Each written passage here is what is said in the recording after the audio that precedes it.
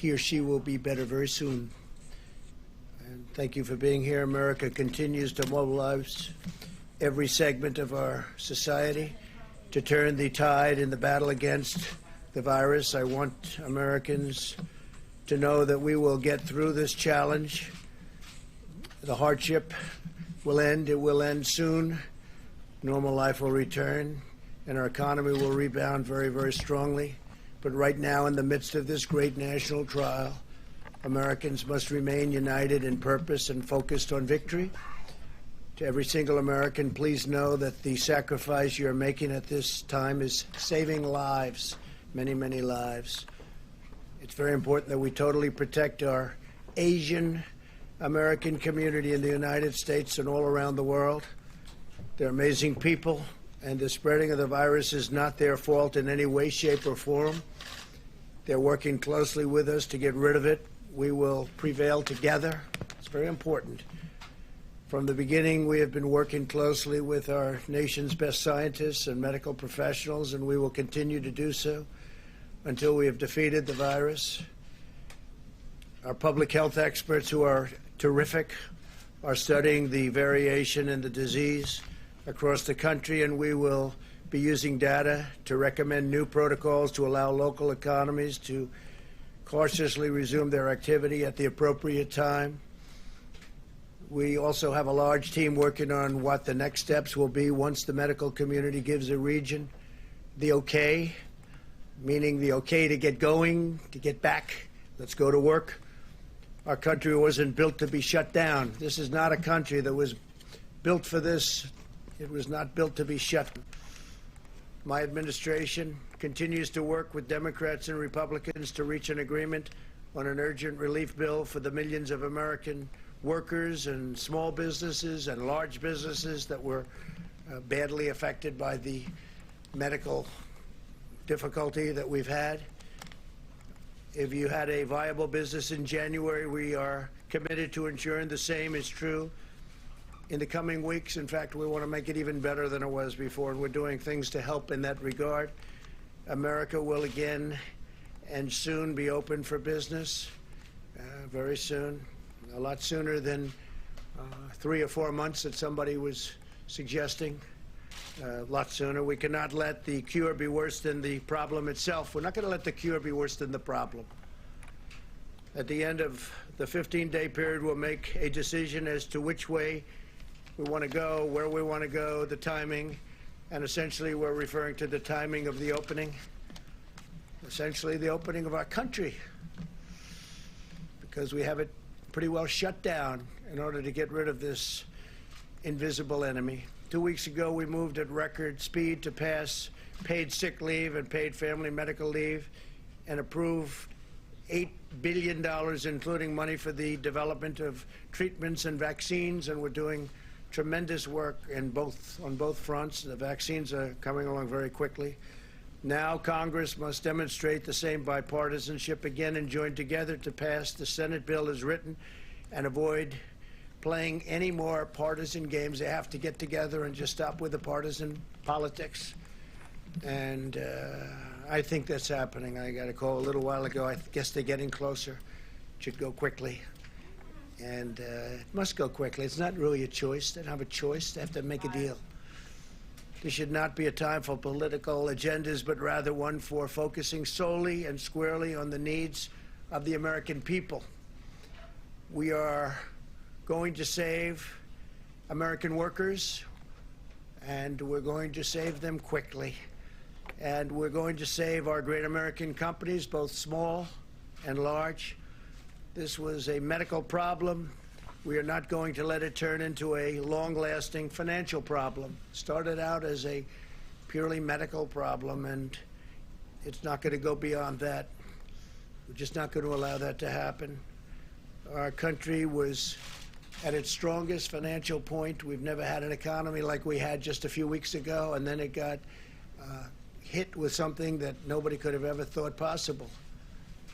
And we are fixing it. We're fixing it quickly. And I want to just thank the American people for what they've been through and what they're doing.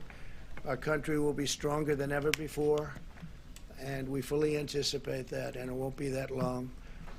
Let me provide you with an update on critical supplies. FEMA is distributing 8 million N95 respirator masks and 13.3 million surgical masks across the country right now. Focusing on the areas with the greatest need, we've shipped 73 pallets of personal protective equipment to New York City and 36 pallets to the state of Washington.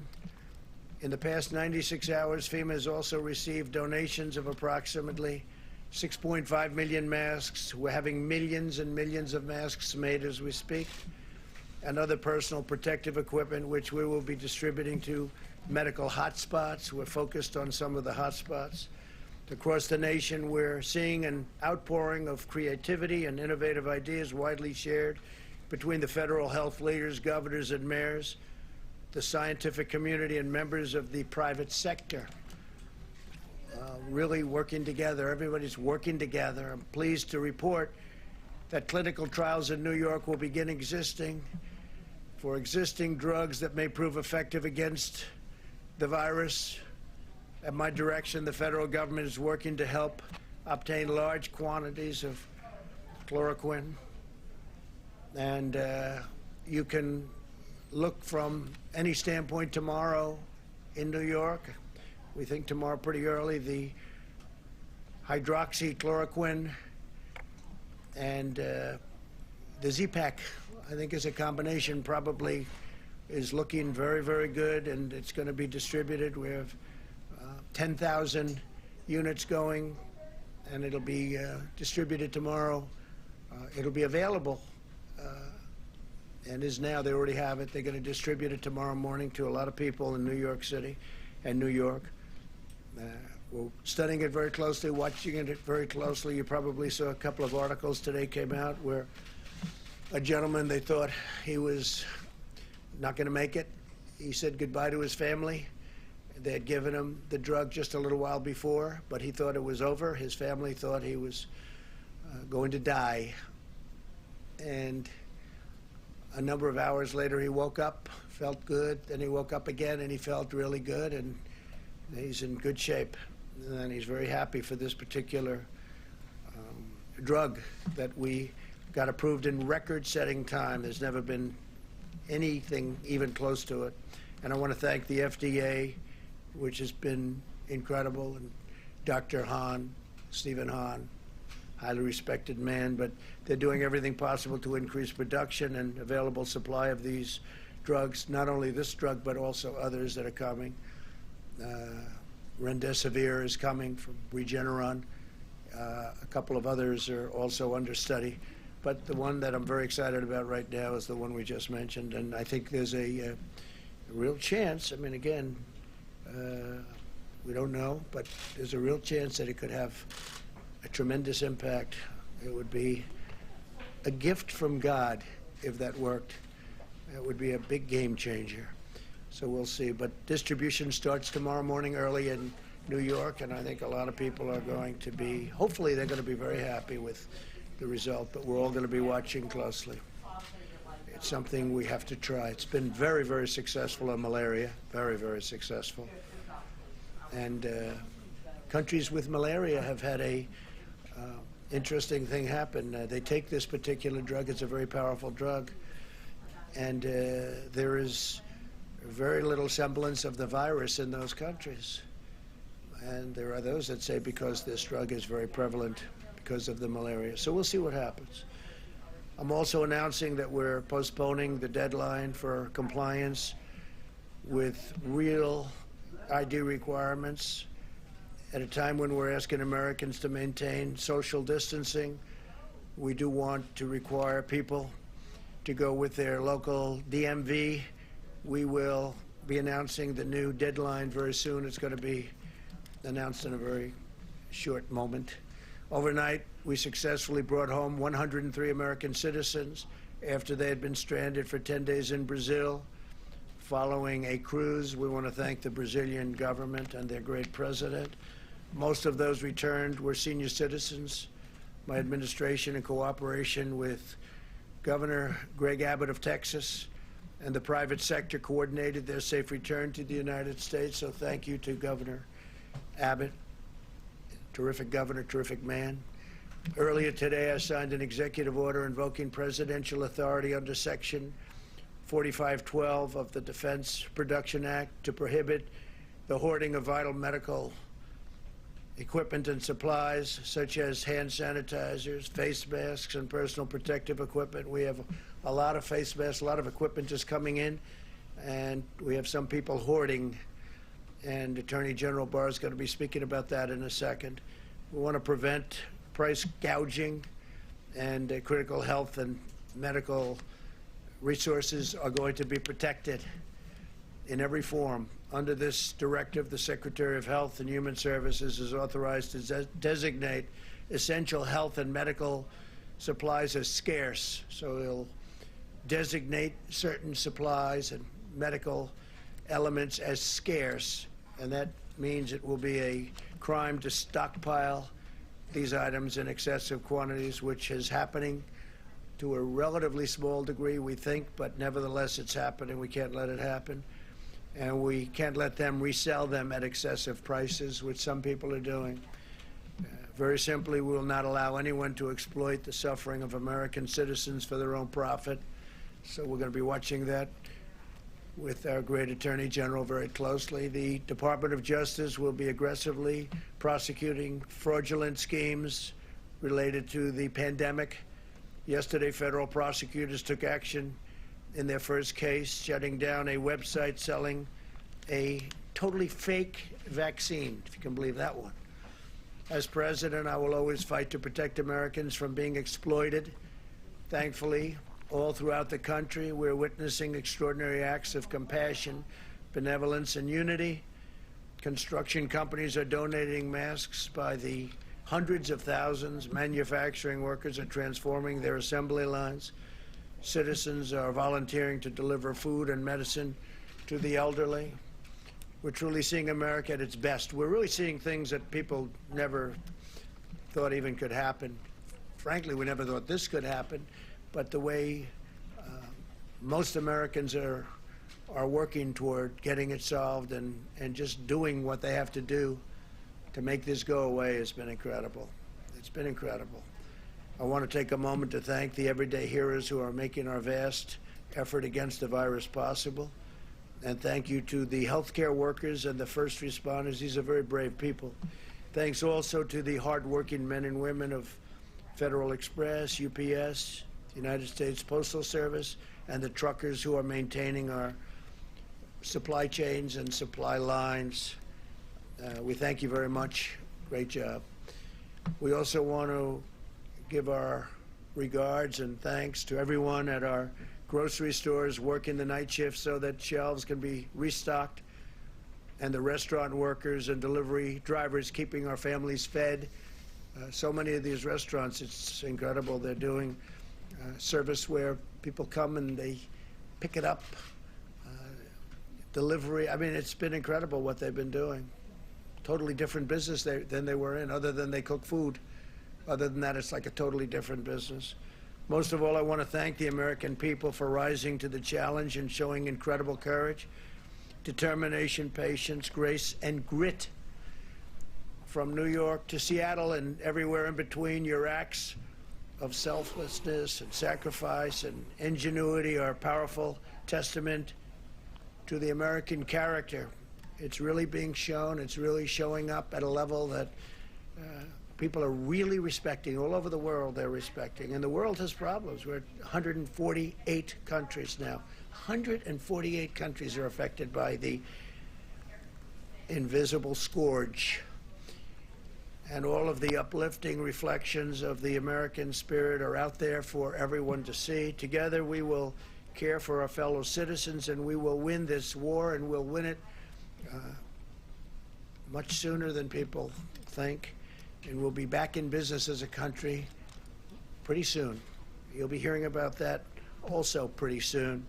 Now I'd like to ask Attorney General Bill Barr to say a few words, and we'll take questions in a little while. Thank you.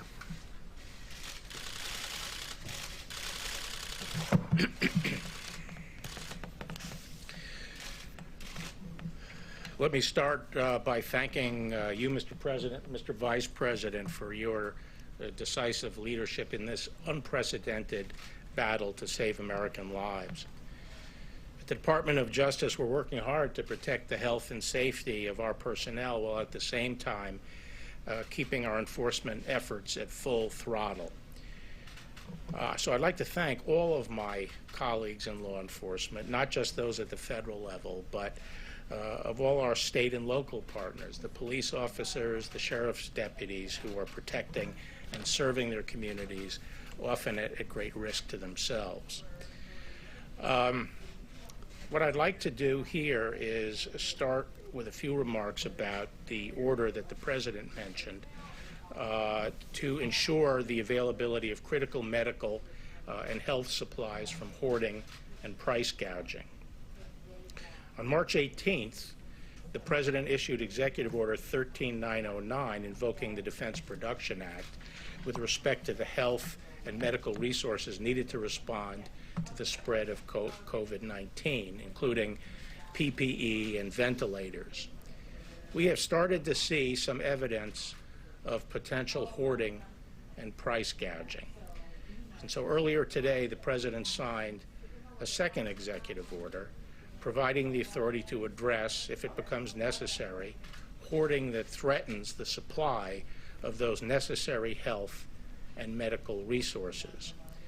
Under Section 102 of the Defense Production Act, the President is authorized to prohibit the hoarding of needed resources by designating those materials as scarce or as materials whose supply would be threatened by persons accumulating excessive amounts. Once specific materials are so designated, persons are prohibited from accumulating those. And you've been listening to the Attorney General of the United States, as well as the Coronavirus Task Force, and that briefing at the White House, the President announcing that the country was not built to be shut down. We cannot let the cure be worse than the problem, and saying that more medical supplies are on the way, including those masks that are so desired by hospitals. The Attorney General talking about the price gouging that's going on as they try and crack down on fraudsters across America. At this hour, there are almost 43,000 cases in the United States, more than 500 deaths. Our coverage will continue on our 24-hour streaming network, CBSN. You can watch it at cbsnews.com or on our CBS News app. There will be more in your local news coming up. For news 24 hours a day, go to cbsnews.com. Usually the 5 and 6 are never pushed back because of what they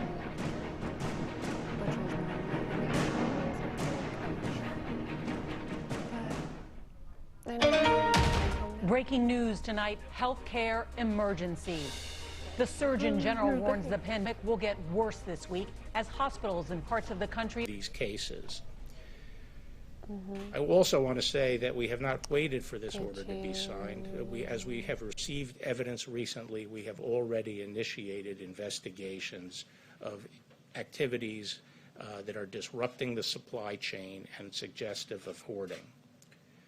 I want to stress that we're not talking about consumers or businesses stockpiling supplies for their own operations. We're talking about people hoarding these goods and materials on an industrial scale for the purpose of manipulating the market and ultimately deriving windfall profits. If you have a big supply of toilet paper in your house, this is not something you have to worry about. But if you are sitting on a warehouse with masks, surgical masks, you will be hearing a knock on your door. So with that, Mr. President, I'll turn it back to you. Thank you very much. Deborah, please. Thank you, Mr. Vice President. To start, I want to really thank all the ministers of health around the world who have been sending us their data despite the fight that they're in themselves, particularly our European colleagues. They continue to send us primarily their mortality data, which is really very critical because when you're in the midst of this level of fight that many of the European countries are, following mortality data will give you the best insight right now on how the epidemic is proceeding in those countries because they really can't be testing at the level to really understand the depth and breadth of their new cases. In the mortality data that has been provided to us, there has been no child under 15 that has succumbed to the virus in Europe. There was the one 14-year-old in China. So we still see that there is less severity in children, and so that should be reassuring to the moms and dads out there. To Generation Z and to my millennial colleagues who have been really at the forefront of many of these responses, less than 1% of all the mortality is less than 50. And so this is, I think, also a very important point. That doesn't mean that individuals won't have severe disease. So still 99% of all the mortality coming out of Europe in general is over 50 and pre-existing conditions. The pre-existing condition piece still holds in Italy, with the majority of the mortality having 3 or more pre-existing conditions. I think this is reassuring to all of us, but it doesn't change the need to continue to protect the elderly. And in order to protect the elderly, we all need to continue to do the President's directives and guidance for the next week of the 15-day challenge. Finally, I wanted to really close by thanking the laboratory personnel that have been at the front lines. 250,000 tests have been run in the last 7 days. This happened because these large commercial laboratories are doing round-the-clock runs. And remember, all of them are being exposed to the virus in the same way from the swabs. Yet tirelessly, they have worked on and on to get those results available. They are still getting more tests than they can run per day. That's because we were primarily expanded into what we call the Roche high-throughput tri-core machine. Those results have been getting to the clients, and we've asked them to prioritize hospitalized patients.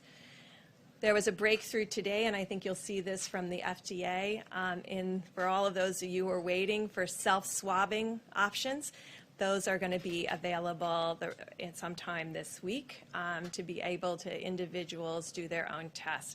That said, remember, these platforms are keeping up with those who need to be diagnosed in the hospitals and those who come to the emergency room quite ill, so that hospital beds can be freed up for those that don't have COVID.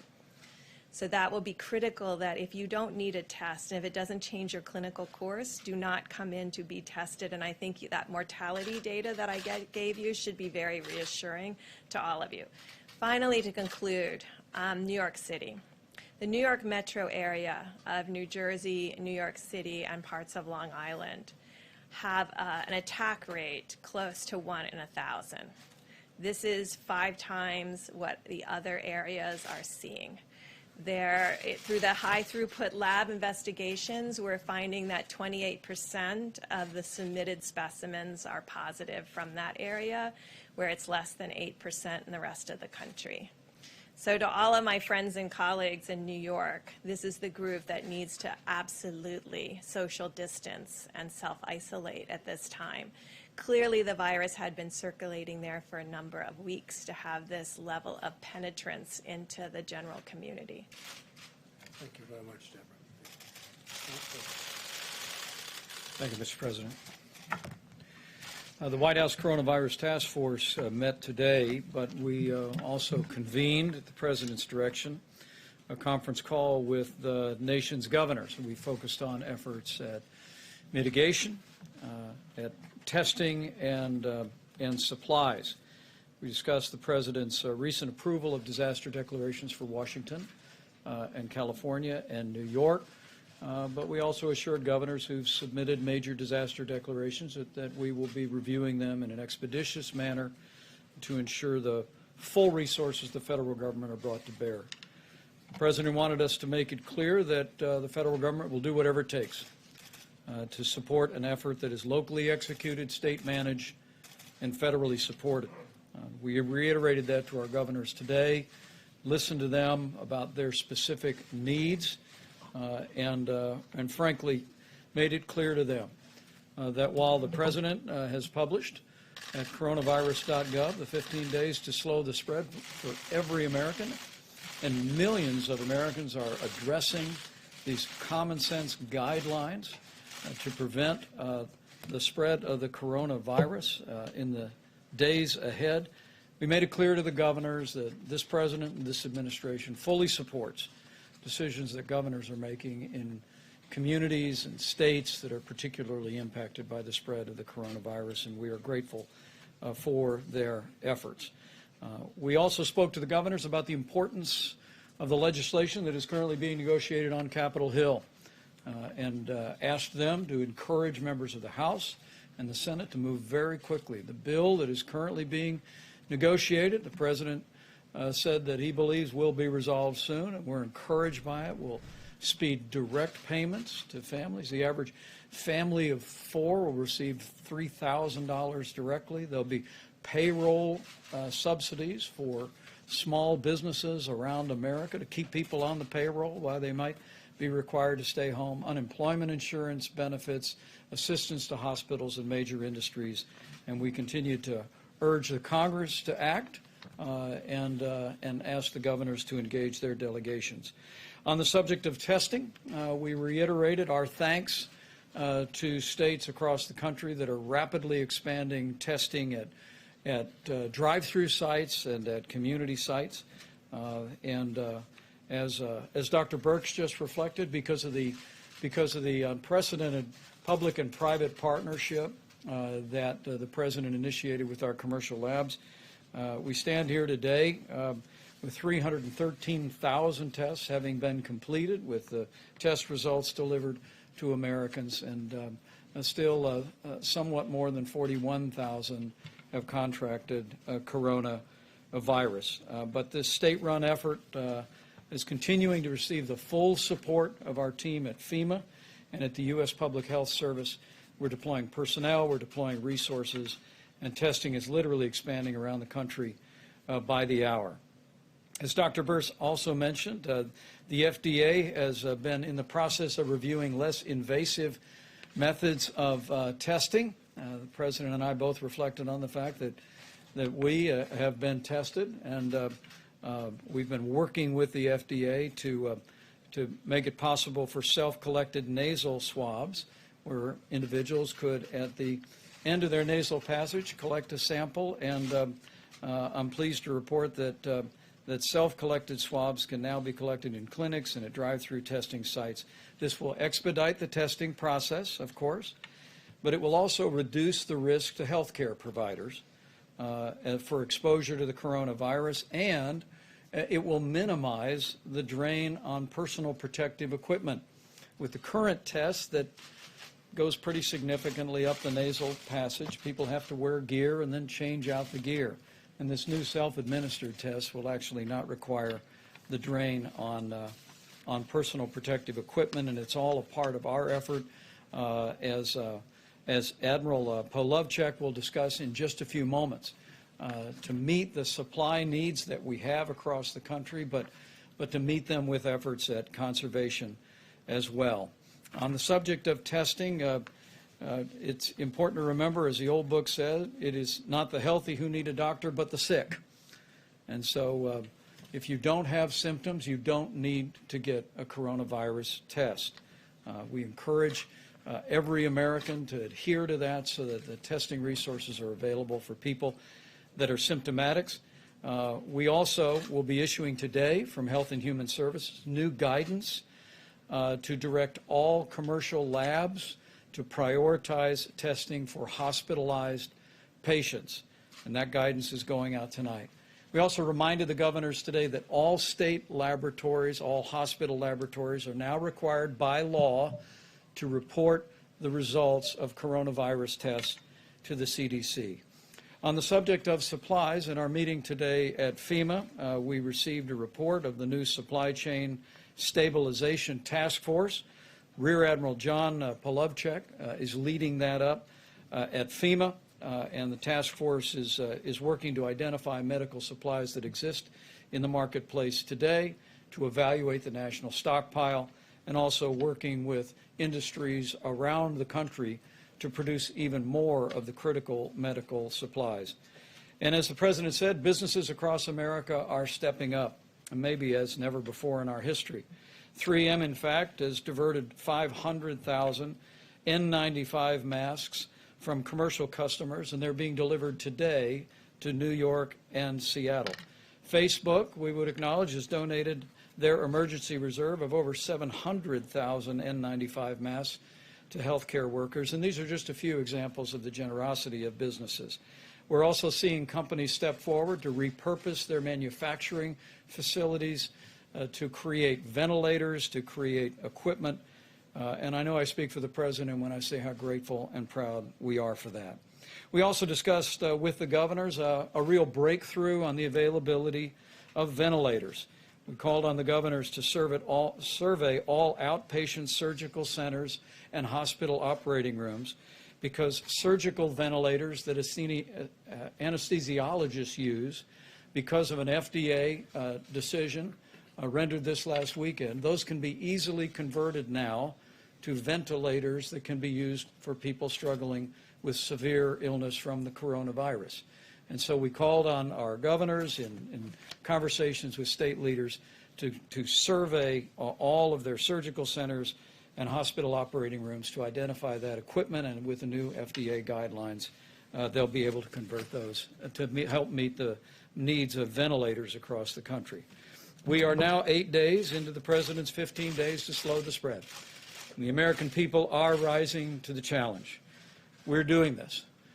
But in the days that remain between now and the end of the 15 days, we're going to need every American to take this seriously. Listen to your state and local health authorities, where there may be additional and stronger guidance in areas where the coronavirus spread has been more severe. But for every American, know that the part that you do, that your family does, that you do in your community to put into practice these principles of social distancing, using a drive-through at the local restaurant, will make an enormous difference in lowering the trajectory of the coronavirus spreading across our country.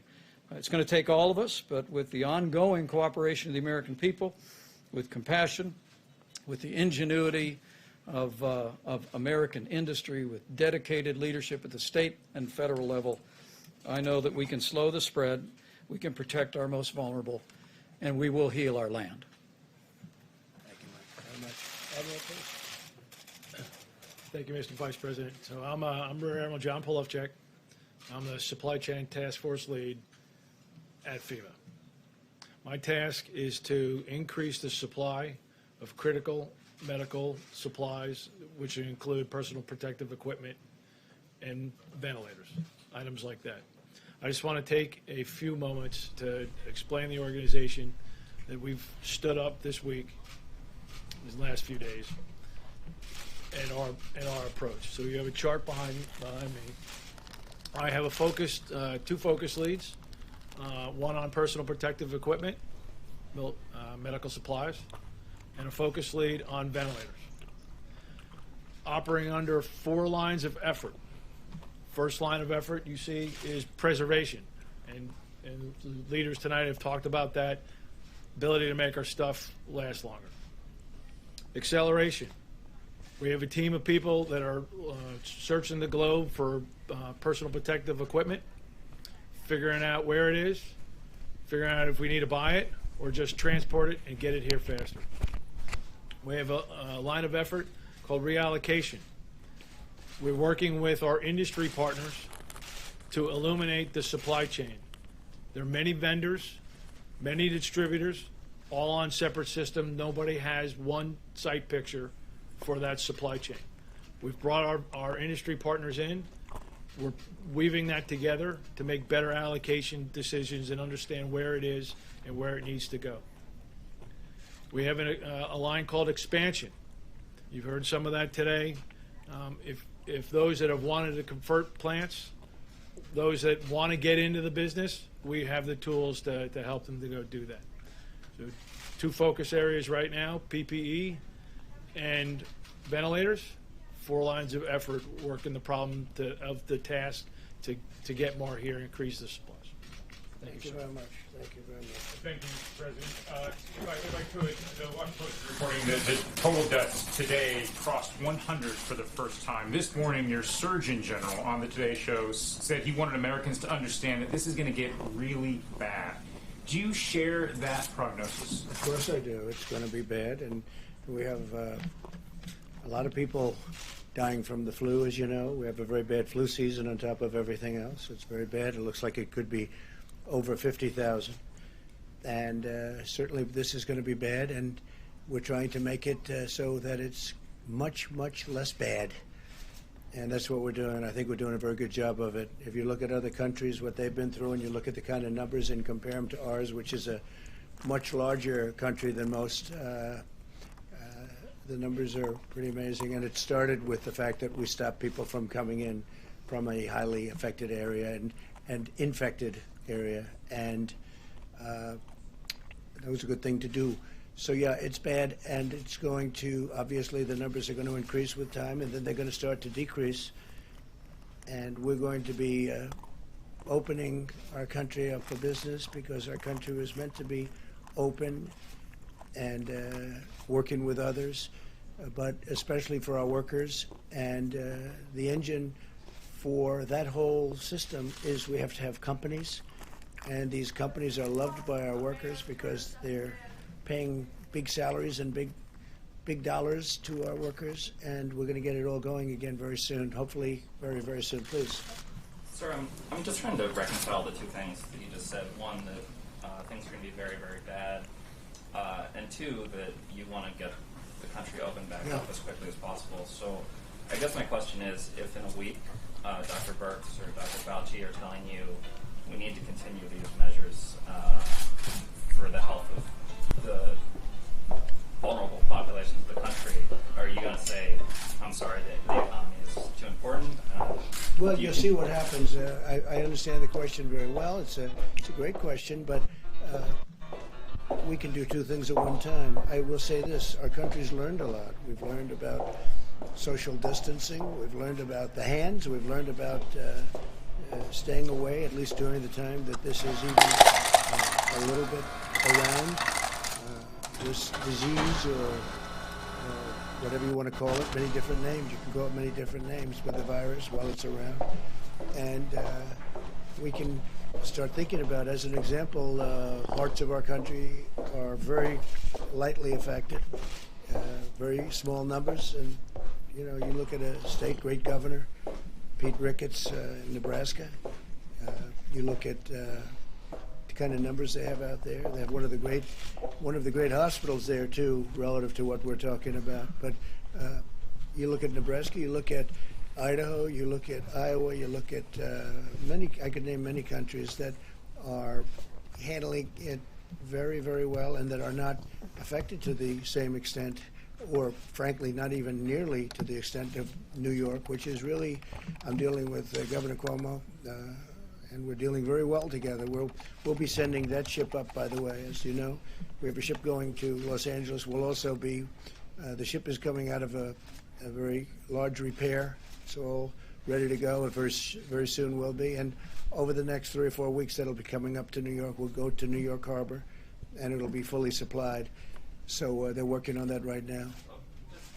And maybe Dr. Birx can speak to this. Do you share the President's optimism that in a week we might have a situation where we can say, you know, there's a few hot spots, but much of the country... Well, I didn't say in a week, but I said soon. It's going to be soon. It's not going to be 3 or 4 months, as some people were saying, and a lot of people thought originally, but I would certainly let you answer. And are you worried that some cities and states that haven't had the infection yet are lagging indicators, and that we're going to start seeing cases? So you raised two important issues. One, I think you all know a lot of our tests have had to go to hospitals at this time so that we can diagnose people who are at risk, to give them options to get these new therapeutic options. None of these therapeutic options are available if you don't know your diagnosis. So we've been very much focused on that. With adding Abbott, Thermo Fisher, Hologic, and now Cepheid platforms.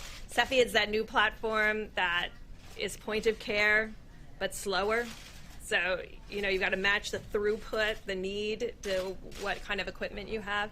Now that we have all those platforms moving simultaneously, we can go back to doing case finding and surveillance in the areas that have the most lower numbers, as well as doing mitigation more aggressively in the places that have higher numbers.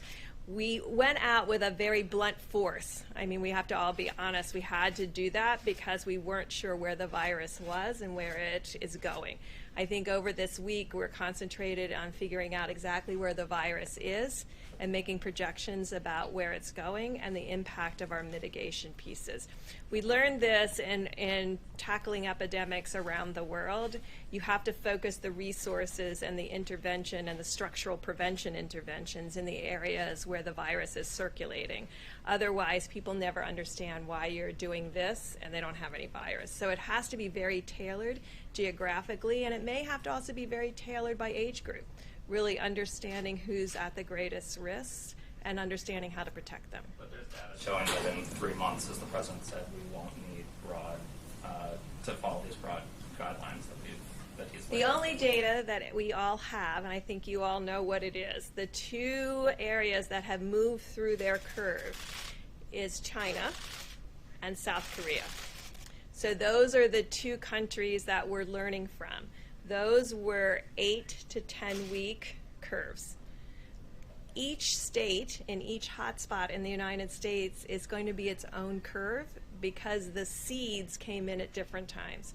So Washington State is on their curve. They're about 2 weeks ahead of New York. Can you And hear so me? each of these have to be done in a very granular way to really understand where we are. Hey, And mic it's check, the 1, charge 2, that the 3, mic president check. has given Thank us you. is to use all of our data analytics and all of our data inputs to really define those issues about where the virus is, where is it going, and what predictions we can make about where we are in that bell-shaped curve. I think that's a great definition, and I will say we're going to be watching our senior citizens very closely. We're going to be watching certain hotspots like New York, and within New York you have areas which are troubling, and we'll be working with the governor and the mayor and everybody else on those spots.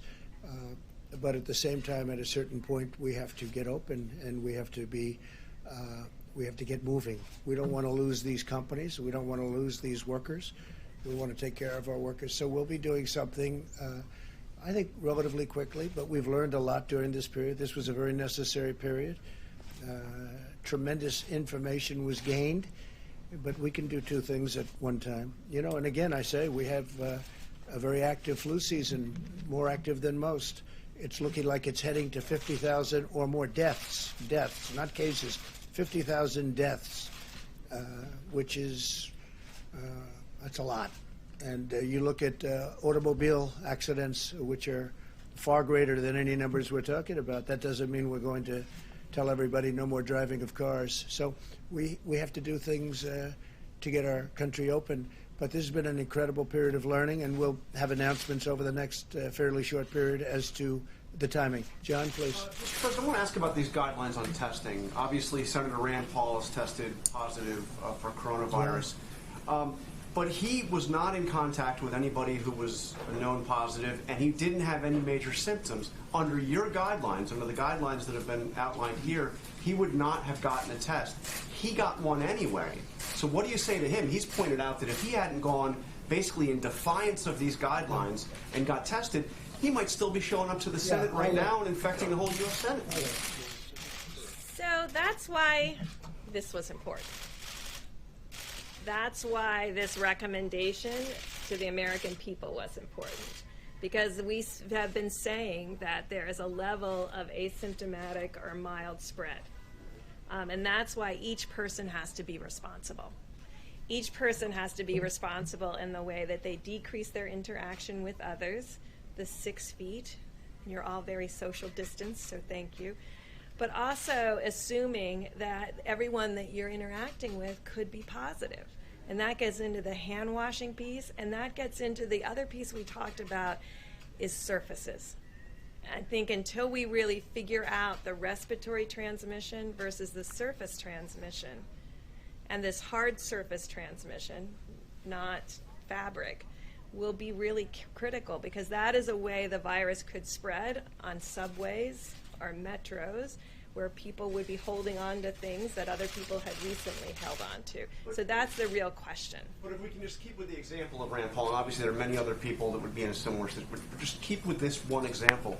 If he hadn't gotten that test, he would still be showing up to the Senate every day, to his place of work. If he had been wouldn't want that, following would these you? guidelines, he wouldn't have been infecting others because of the social distancing, washing your hands, doing everything that we talked about. So we've talked about also how people make choices because of their jobs, that they have to come in. You'll notice I was not here over the weekend. I think this is the part that we really need to take personal responsibility for. Saturday, I had a little low-grade fever. So, actually, probably a GI thing. But, you know, I'm meticulous. I'm a physician. I looked it up. I ended up piggy-banking. I'm from Walter Reed, so I got a test late Saturday night, and I'm negative. I stayed home another day just to make sure. That's how we protect one another. So, you know, unless everybody's taking their temperature every day, we can't say that he had no symptoms. These are the kinds of things that we have to do for one another. This is the personal responsibility that I'm talking about, that we all have to practice. And Mr. President, when you say you don't want the cure to be worse than the problem itself, so are you saying that if we kept these measures that we're doing now in place for a couple of months, well, they will be in place. At some point, we're going to open up our country, and it's going to be fairly soon. Weeks or months? You seem to be I'm not looking at months. I can tell you right now. We're going to be opening up our country, and we're going to be watching certain areas, and we're going to be practicing everything that Deborah's referring to right here. I mean, we're going to be watching this very closely, but you can't keep it closed for the next, for years. Okay, this is going away. We're going to win the battle, but we also have, you have tremendous responsibility. We have jobs. We have people get tremendous anxiety and depression, and you have suicides over things like this. When you have terrible economies, you have death, probably, and I mean definitely would be in far greater numbers than the numbers that we're talking about with regard to the virus. So we have an obligation. We have a double obligation. We have a great country. There's no country like it in the world, and there's no economy like it in the world. I mean, we were just blazing. We were coming out with numbers that some numbers weren't even reported because it was already this had happened. They were meaningless. I got numbers about myself that were meaningless because by the time the numbers came in, it's a whole different world with this. But I will tell you that we can do both things, John. We can do them both at the same time. I mean, that's okay. What we have gone through is a tremendous learning process, and we've also solved a lot of problems. But we've gone through a tremendous learning situation. Now, we're building hospitals in New York. We're building hospitals in California. We're building hospitals in the state of Washington. We've been in touch with the governors. Today I spoke with a man that I happen to like. I spoke with Phil in New Jersey, and we're going to be doing something very meaningful in New Jersey. We're doing something. I spoke with J.B. Pritzker, called me today. We're going to be helping them out in Illinois. We're doing a lot of things in Florida. We're doing a lot of things. And between FEMA and the Army Corps of Engineers and the Admiral in your group in terms of the purchasing, that's what he does. He purchases. He's supposed to be great. I'll tell you in about 2 days. But he's going to do a fantastic job. So we have an incredibly talented group of people. But, yeah, we'll be doing 2 things and 3 things at one time. Well, at the same time, though, we're going to be watching very closely the hot spots. We're going to be taking care and watching very closely our senior citizens, especially those with a problem or an illness. We're going to be watching them very, very closely. And we can do that and have an open economy, have an open country. And we have to do that because that causes other problems. And maybe it causes much bigger problems than the problem we're talking about now. You understand? Jeff, please. Mr. President, following up on that same topic and on your tweet, do you think that the cure so far has been worse than the problem? I think the cure has been very tough. This has been this was an operation. This was somebody going to a doctor and saying, you need an operation. And we've had an operation. We've learned a lot. And we fixed a lot of problems. One of the things we fixed is if you look at the obsolete system that this administration inherited. It wasn't meant for this. It was meant for a small group of people, and even for that, it was not very good and very obsolete. We now have a testing program now that will hopefully be able to be used for many years into the future should we have another event like this. I don't think you'll have another event like this. This is very unique. You look back into time, you look back decades and decades. We can name them all, even if you go back 10 years. You know, you go back to 2009, but that wasn't like this, as it turned out. But they lost a lot of people. We were early. We were early, Jeff, because of the fact that we closed early. That was a big move. Please, Kristen. Yeah, go ahead, Jim. You had said previously, I think from this podium, that the virus could still be with us through July or August. By suggesting now that we might, or that the government might change these standards or these recommendations. Well, it's not change. It's no. We're doing things. Yeah, this was a learning experience for the people of the country. And even time frame has changed for you. The July-August time frame of when you think the virus will be under control. Well, I think we've learned a lot. I think that there's so much discipline now that we never had. Nobody ever said, don't shake hands. I did actually before I became a politician. Once I became a politician, then it's hard getting used to not doing it. Because, you know, you do it with everybody, with literally thousands of people a week. You're shaking hands with big groups of people. You know, there's a lot of, we've learned a lot. There's a great discipline that this whole country has learned, having to do with distancing, having to do with shaking hands. I think a lot of it's going to stay long after the virus is gone. I really think it's probably good practice anyway, but I think it's going to stay long after the virus is gone. But we have to open our country, because that causes problems that, in my opinion, could be far bigger problems. Far bigger. This is a medical, a severe medical situation that could cause problems far beyond the medical, and then increase the medical problems to things that had nothing to do with this original medical problem. We can't let that happen to our country. We have the greatest country in the world. I'm not going to let that happen. But this 2 weeks that we have spent has been an incredible learning period and process. Please, Kristen. One, you said it's likely going to be weeks, not months, before you suggest easing these guidelines that you put out. Have any of the doctors on your team told you that's the right path to pursue? We spoke to them today, and I was telling them that we have two things to look for. Don't forget the doctors. If it were up to the doctors, they may say, let's keep it shut down. Let's shut down the entire world, because, again, you're up to almost 150 countries. So let's shut down the entire world. And when we shut it down, that would be wonderful. And let's keep it shut for a couple of years. You know, you can't do that. And you can't do that with a country, especially the #1 economy anywhere in the world, by far. #1 economy in the world. You can't do that.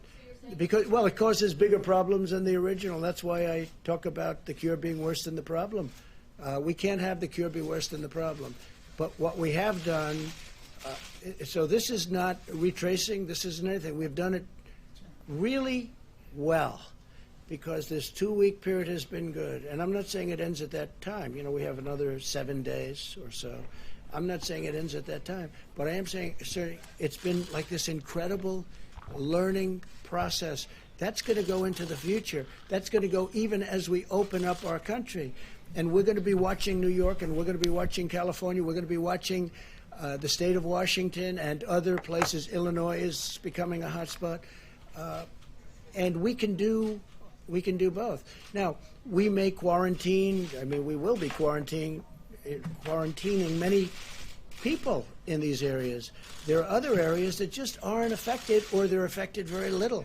And why would we close down 100% of the country? There are areas within New York where New York will be open, but there are areas within New York. Remember this, New York has the New York Stock Exchange. It has NASDAQ. It has the exchanges.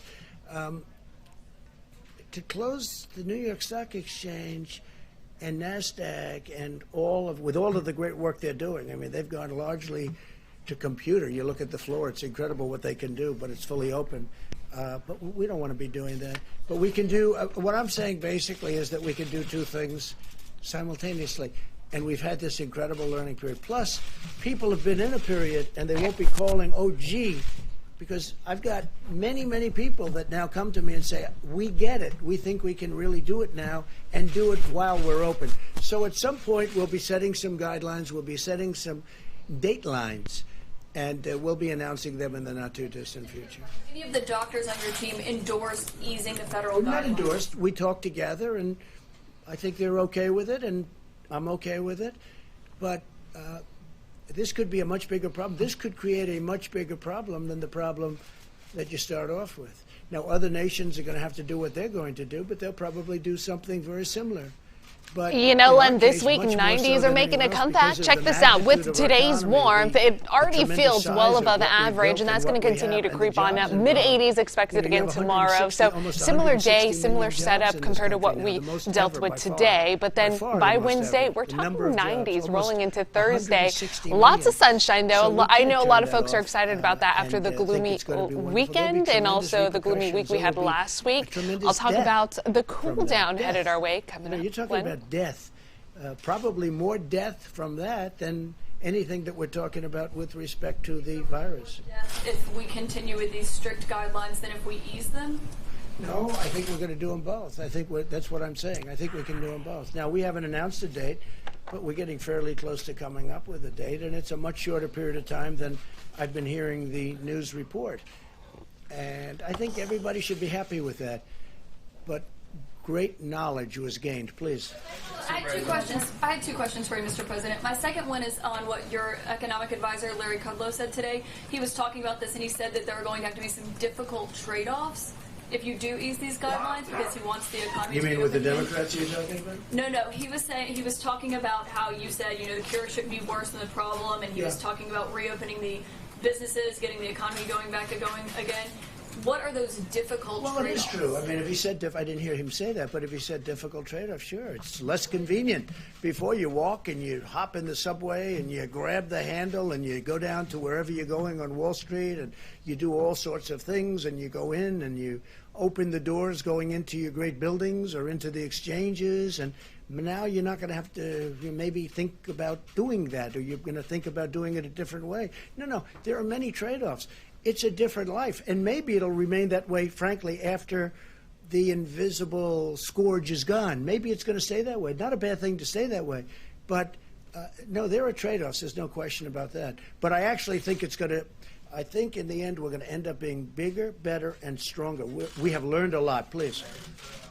We're seeing an increase of cases in Latin America, in the Middle East, it's true. in Latin some places in Asia. Are you considering a new round of travel ban? No, we're not really. Something like that could happen, I guess, but we're not really. They thought we were going to have bans within the United States. We didn't do that. We're not going to have that. Hopefully that'll take care of itself. Okay. In Latin America, there's been an uptick. Yeah, please. How long is the full forecast? What prompted you to say at the beginning of your comments that you're going to take care of the Asian Americans? Has there been something in particular that was? Yeah, because it seems that there could be a little bit of nasty language toward the Asian Americans in our country, and I don't like that at all. These are incredible people. They love our country, and I'm not going to let it happen. So I just wanted to make that point. Because they're blaming China. People are blaming China, and they are making statements to great American citizens that happen to be of Asian heritage, and I'm not going to let that happen. Please. You say you want to reopen the country, but most schools across the country are closed. 2 states now are closed for the rest of the school year. How are parents supposed to go back to work and educate their children right now? The governors of the various states will have a lot of leeway. If we open up, and when we open up, the governors in certain states, for instance, you go to some of the states I just mentioned, those schools are going to be open. In many cases, they're open now. But the schools are going to be open. In other cases, Governor Cuomo, Gavin Newsom of California, certain governors are going to maybe have a decision to make. Now, they may make a decision to keep them open in a certain part of New York, and maybe in Westchester County or wherever it may be, they'll keep them closed. But they're going to have leeway. We're giving the governors a lot of leeway. Do you agree with the decision to close it several months out at this point? These governors are saying they're expecting a peak in the next couple of months. and have made a decision for The rest governors of are the going to year. make those decisions. That's going to be up to the governors. And they're very capable. They'll be able to make the decisions. Please. Sir, will you explain why a $2 trillion economic stimulus is needed if you are going to reopen the country in a period of weeks, not months? Because the virus has had a big impact on our country. So we're going to give a stimulus so that the workers can live their life. It was not their fault. It wasn't the workers' fault. And we are going to give a kick so that it's a kick. And this way, we think the workers can get a fair start. The small businesses we're taking very good care of. We want to take care of these small businesses. They really are the engine of this country. A lot of people don't know that. You know, everyone thinks of these great, big, beautiful businesses, who, by the way, have been very badly hurt also. But the small businesses have really historically been the engine, and they still are the engine of the country. And you'd be amazed. The workers love those businesses, and the workers contact us, and they want us to help those businesses because that's where they've made their living. That's where they've been paid a lot of money over the years. And, you've been seeing what's happened over the last 3 years where salaries and wages have gone up very substantially for those workers. And then we got caught by this sudden craziness coming into our country and coming all over the world. So we need to make sure that the companies are strong and that the workers are strong, and that's what we're doing. And, hopefully the Republicans and Democrats are going to be able to make a deal, and they're actually fairly close, but we'll see what happens. Please. But does it still need to be $2 trillion is my question. Can it be Well, one of the smaller at this things, you're point? going to have to save companies that have been shattered.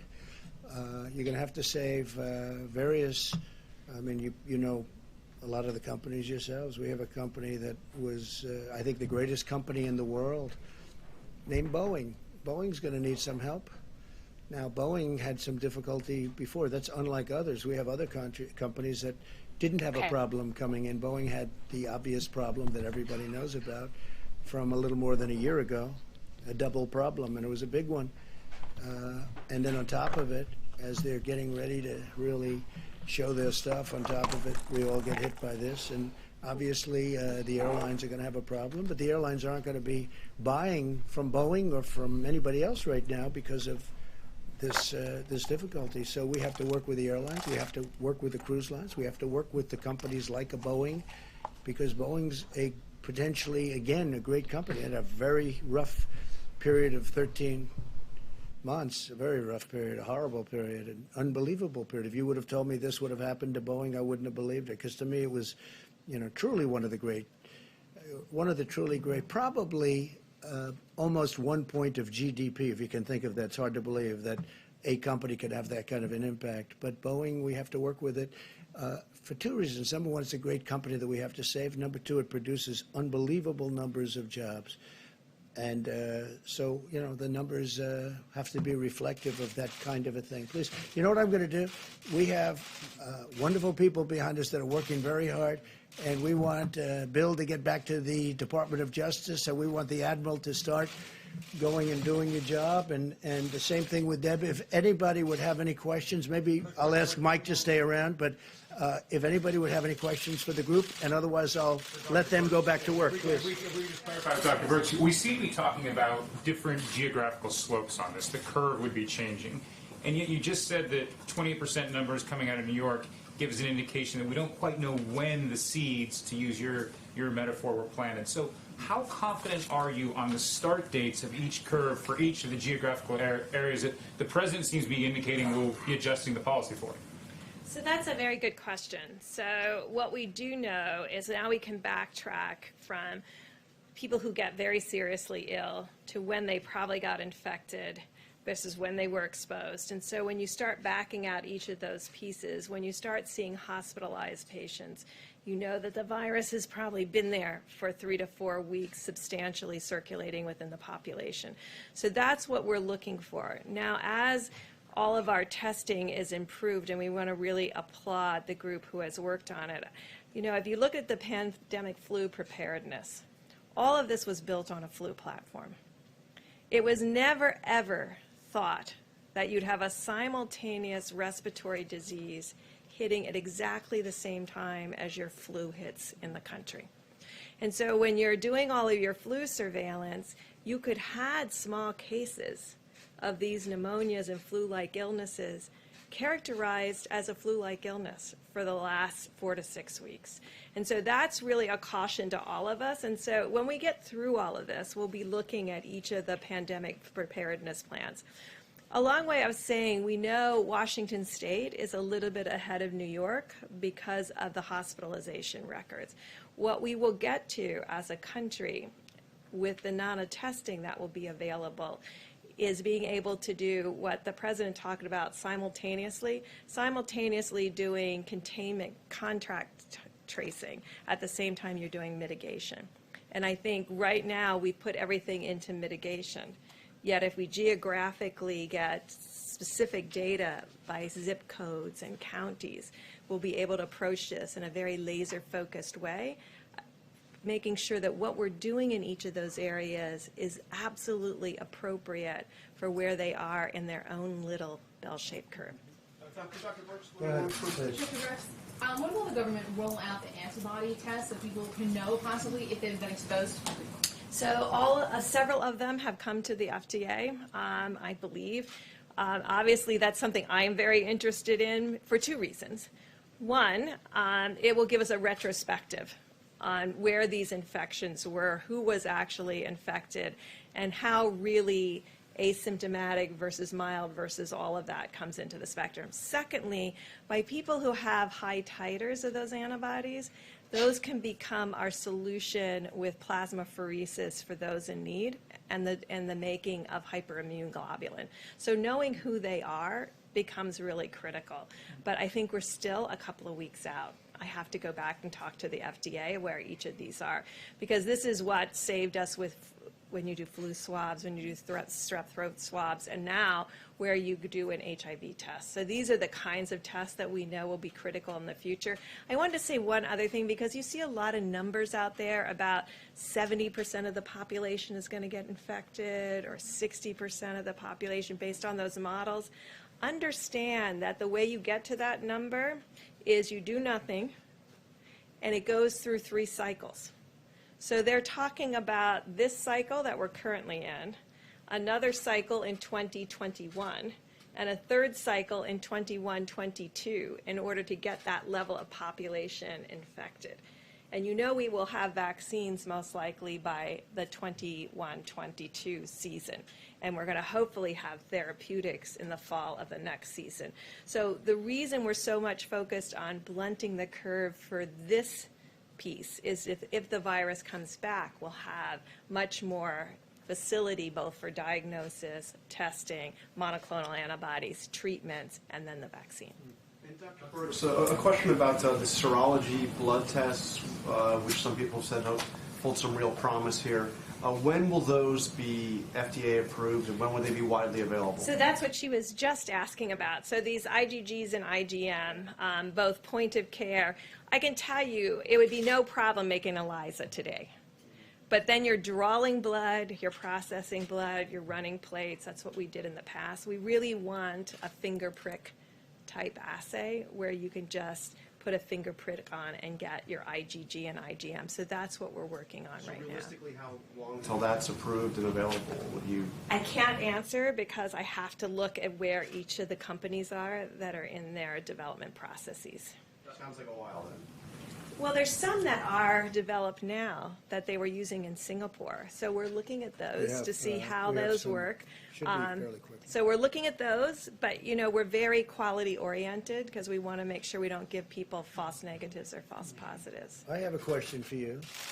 So we have a lot of very angry media all around this room, and they want one of these seats.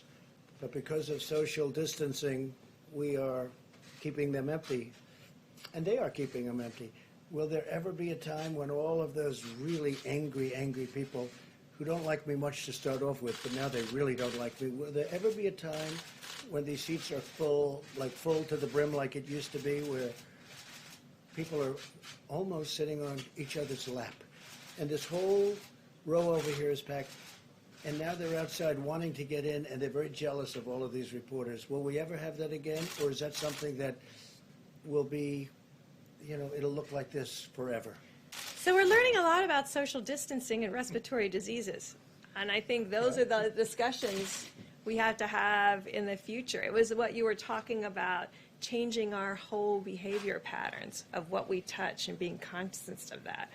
I remember when I was worried Saturday morning, I was trying to think, what all did I touch on Friday? Did I touch a doorknob? Did I do this? Did I do that? Did I not wash my hands? I mean, you go through this whole piece. Did I touch my face by accident? So I think this awareness that we all now have that we didn't have before, where we would have pushed through that door or turned that doorknob because we were in such a hurry. Now I think all of us think twice. I think all of you think twice. But when the virus is gone, will the people be allowed to sit next to each other again, in your opinion, in a tight room with a tight... I don't know. You'll have to look and see if we have a new respiratory piece. Certainly, this is the way we set up every clinic all around the world when we're worried about TB and TB transmission. I'm wondering if you could comment on the new measures that Britain has put into place. Also, Germany has said it doesn't want to have crowds of less than 2 people except for families, which is a pretty restrictive number. Does that inform your thinking as you are coming up with advice for this next period for the president and the vice president? The president and vice president have asked us to look at every single scenario in every single country. Because the more data we have, the more our decisions can be completely data informed and really understanding what impact that has. I mean, we're interested right now. I mean, Italy obviously waited until about March 7th. The virus had been circulating for almost 4 weeks before actually going into that methodology. But for the first time, it looks like their mortality rates are starting to decline, which would be an illustration that things that they did 2 and 3 weeks ago may actually have an impact. Those are the kinds of data we're looking at very carefully, as well as very careful data within the United States of exactly where the virus is, what's the attack rate, has it moved out of its more confined geography, and really looking at each of those pieces of information. It's a lot of data to go through. What do you make of Germany and Britain's moves? Well, I think if you remember just a week ago, Britain had a very different approach. So everybody is adapting to their data. I haven't looked at the data that informed that decision, so I can't really comment on how they got to that decision there or in Germany. Just to be clear, do you agree with the president's push to reopen the country? He said some of his doctors that he's talking to about this, he says, I think they're okay with it. Are you okay with that? What the president has asked us to do is to assemble all the data and give him our best medical recommendation based on all the data. That's what he's asked us to do. And so that's what we'll be doing this week. We were going to have to do it this week anyway because we had to make a decision come Monday about the 15 days to reduce social spread. So this is consistent with our mandate to really use every piece of information that we can in order to give the president our opinion that's backed up by data, not our perception, but our opinion that's backed up by data. Data now, you think you could in a week? Like, what would your assessment be of right now? Well, we're pulling all of the data pieces in now, and that's really critical. I will never speculate on data. I will have to see the data in order to really understand it. And I think a big factor is the mortality rate. We're talking about the mortality rate. You know, when we first started, people were thinking about 3 and 4%, and now we're talking about a much lower number than that. I think it's a number that will be a lot different than people thought. The mortality rate is driven almost exclusively, as we have talked about, by people with pre-existing conditions and older. So that has become, from the very beginning, that was our emphasis. You know, when we started 2 or 3 weeks ago talking with one another, our focus has been on how do we protect those with pre-existing conditions and the elderly. And I think these steps were about protecting with pre-existing conditions. So the whole key to changing the mortality rates is not just the hospital care, but preventing them from going into the hospital to begin with, because you don't want them to be infected. But it's much lower than we originally thought. I mean, frankly, Yes. it's a lot lower. Do you have a number? Well, you know what the estimate in Wuhan was originally? It was over 3%. When they look outside of Wuhan, it was about 0.7%. It depends very much. In South Korea, it was about 0.7, 0.8%. But I don't want, that's like a tyranny of averages. And that's not having, that's probably missing 50, 60% of the data because no one was testing asymptomatics. Remember, in every country, you had to be symptomatic to get a test. So we're making case fatality rates when we're missing a significant part of the data. So if anything, it will go lower, but I don't want people, that should not be reassuring because the death rates escalate with age and pre-existing conditions. So I really want to be clear that although it may be very low if you're under 40 or very low if you're under 50 and very low if you're under 70, there is an inflection curve. The average age of the person who's dying in Italy is in the mid-80s. So there is really a significant issue in our older generation that we feel strongly about protecting. But Dr., it's just very interesting, the whole thing. It's an incredible subject. When somebody is very sick, they go to a doctor, go to a hospital, they record it, they're very sick, and then they live or they don't live, see what happens. But when somebody isn't very sick at all, I've heard people that they don't even know they had it, and they're healing. Then I've heard people, they have like a cold or they have a running nose, or even people that stay home and they think they have the flu, or in some cases they think they have a really bad case of the flu. But all of those people, that vast majority of, beyond vast majority of people, they're not reporting. They're not calling the doctor. Right. They're not calling him. They're just getting better. So you would think it would have to be because the people that are sick are going to a doctor or they're going someplace and they're going to say, make me better. The people that are just short of that and people that aren't even, you have many people where they literally don't even know that they have it. So now you're building up the number of cases that we talked about before, and yet, so you don't know you don't know how many there are. It could be a vast number. But what you do know is all the people that are really sick, because all of the people that are really sick are going to a doctor in some form, and the doctor is reporting it in all cases. So, but that's why your question about the antibody test is so critical, because that will give us really a much better baseline to really understand. So Mr. President, when you talk about how it could be a much, much bigger problem, you said that at several stages on whether or not we keep these guidelines in place. You talked about higher death. Are you talking about suicide? Like, help us understand. I'm talking about many forms. Is the risk here a depression? Is that what you're getting at? We're talking about tremendous. Look, number one, it's the country itself. You're talking about tremendous disruption economically, but you're talking about massive depression, massive numbers of suicide. You mean economic depression? No, I'm not talking about economic, although you could be talking about that too. So what I'm talking about is depression. People suffering massive depression because they had a fantastic job and now they have no idea, what's going on. Now, here's the good news. If they get the bill passed, we're taking care of those people. We're going to really take good care of those people beyond what any country has done for people. But there's never been anything like this. No, I'm talking about where people suffer massive depression, where people commit suicide, where tremendous death happens. Now, in addition to that, we're talking about economic, where you really hurt a country. It could take years and years to recover. And the longer you stay out, the harder it is to recover. I happen to think that you're going to have, they call it the V. I think you're going to have a very big bounce, very big bounce back. I think it's going to be very big. We'll see.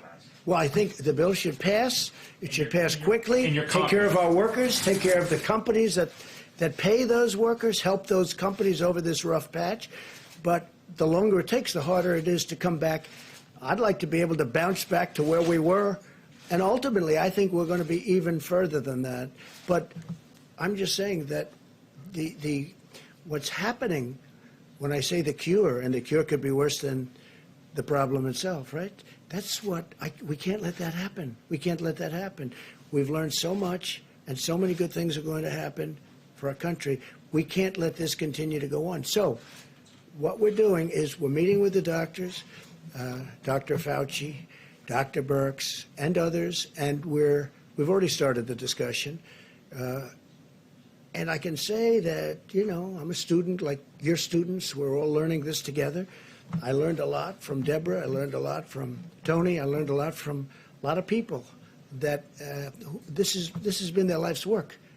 I've learned a lot. We're going to come up with a date, and we're going to do two things. We can do two things at one time. At the same time, we're going to be very vigilant. We're going to be so vigilant in terms of all of the things that we have to do that we've been talking about for the last 2 weeks ad nauseum. And I think it's going to be ultimately a far better solution for our country. Yeah, please, go ahead. What advice is Dr. Fauci? Deborah, why don't you go back? And we want her to go back to work immediately. Thank you. Great job. Thank you, Deborah. Can I have one more question? Yeah. Deborah? One more. Come on. They won't let you go. So there's still 1 week left to go and 15 days to slow the spread.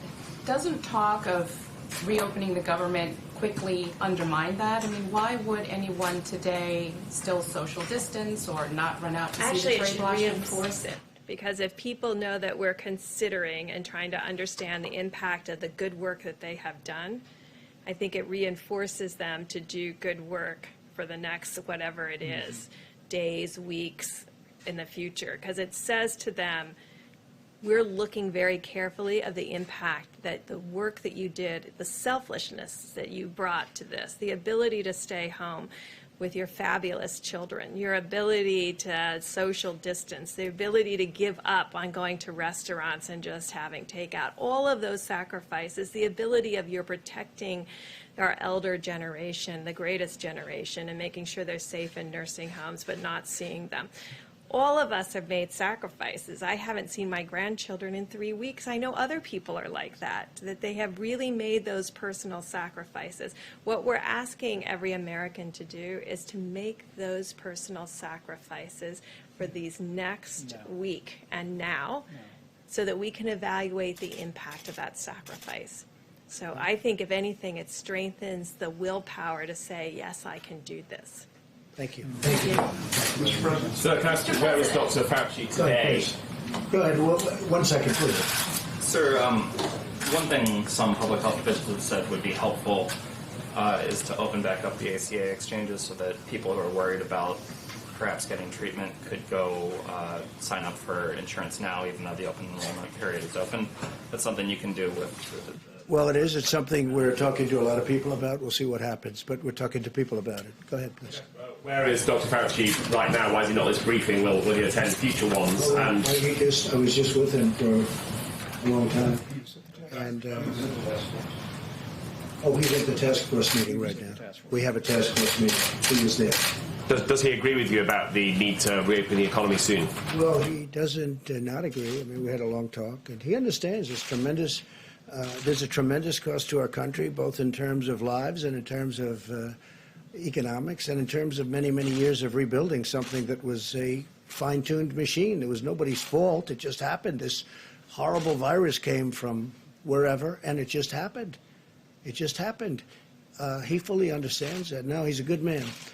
I like Dr. Fauci a lot, just so you understand. No, he's not here because we really weren't discussing what he's best at, but he'll be back up very soon.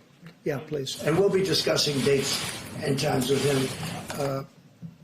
And we are talking about I don't want to use the word abbreviated because so much has been gained by what we've done, but we're talking about not during the period, during the 14 or 15 days, but not too long after that.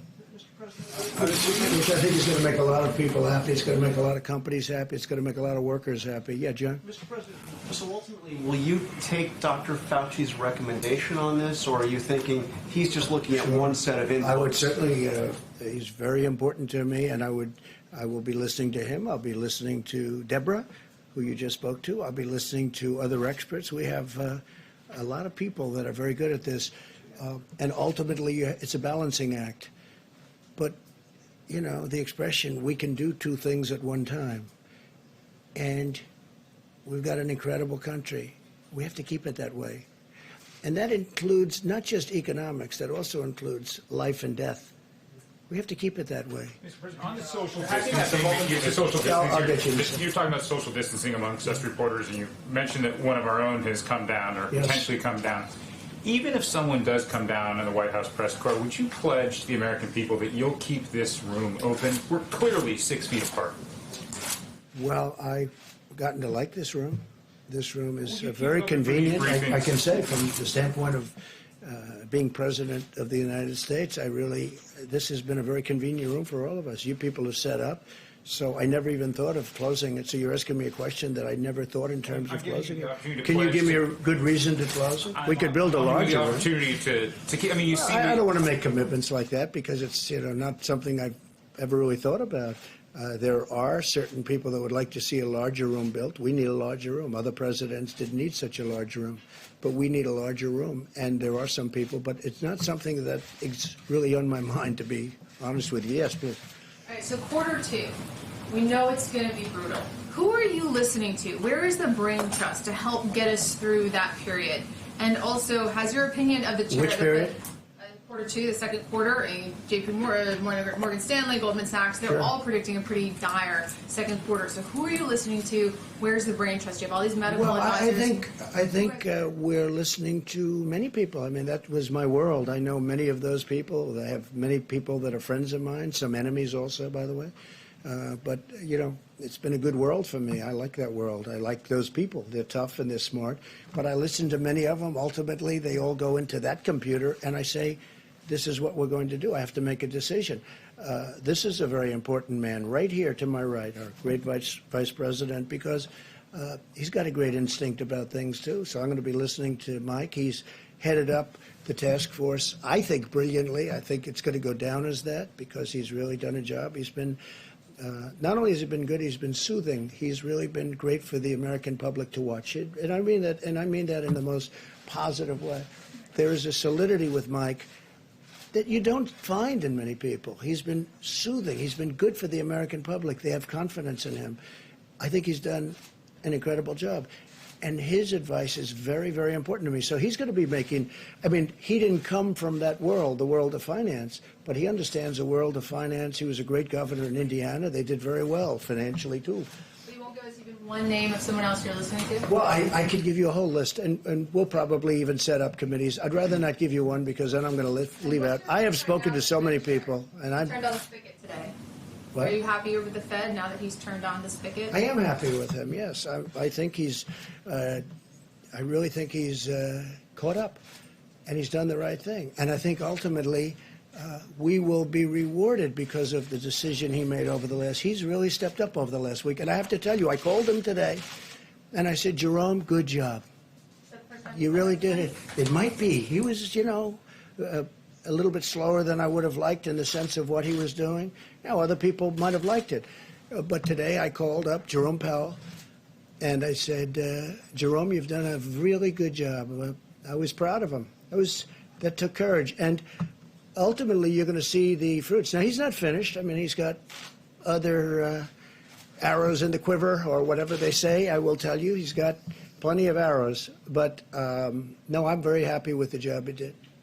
Mr. Vice President, you said that you'd bring the Secretary of Education here either yesterday or today. Why isn't she here today, and can we expect her this week? Also yesterday, you said you had some guidance for us on people who had potentially been exposed to the virus returning to work sooner. Do you still expect that guidance? Yes, thank you for the question. I spoke to the Secretary of Education today, and we're going to have her at the podium very soon. The Department of Education has created a very easy waiver application for every state. It's virtually an automatic application for states that want to be excused from national standardized testing requirements. We reviewed that with all of the governors today. And also what's called distance learning, the accreditation process for higher education. The Secretary of Education, at the President's urging, has loosened the rules around distance learning. You're seeing many colleges and universities embracing distance learning now, putting it into practice. We've allowed for that.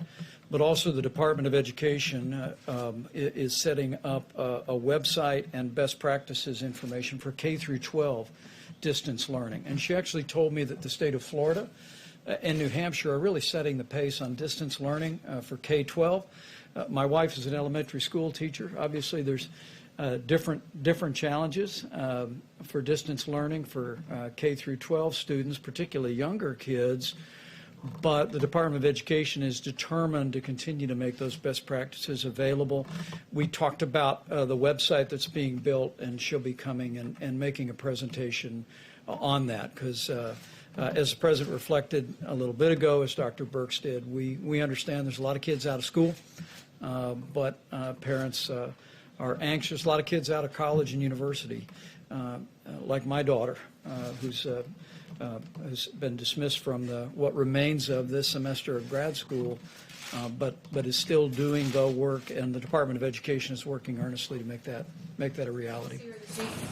I'm sorry? We'll see her this week? Yes, I'll have her here this week. She, I mean, given the issues that we were dealing with today with the Attorney General, we thought it might be just as timely in a few days.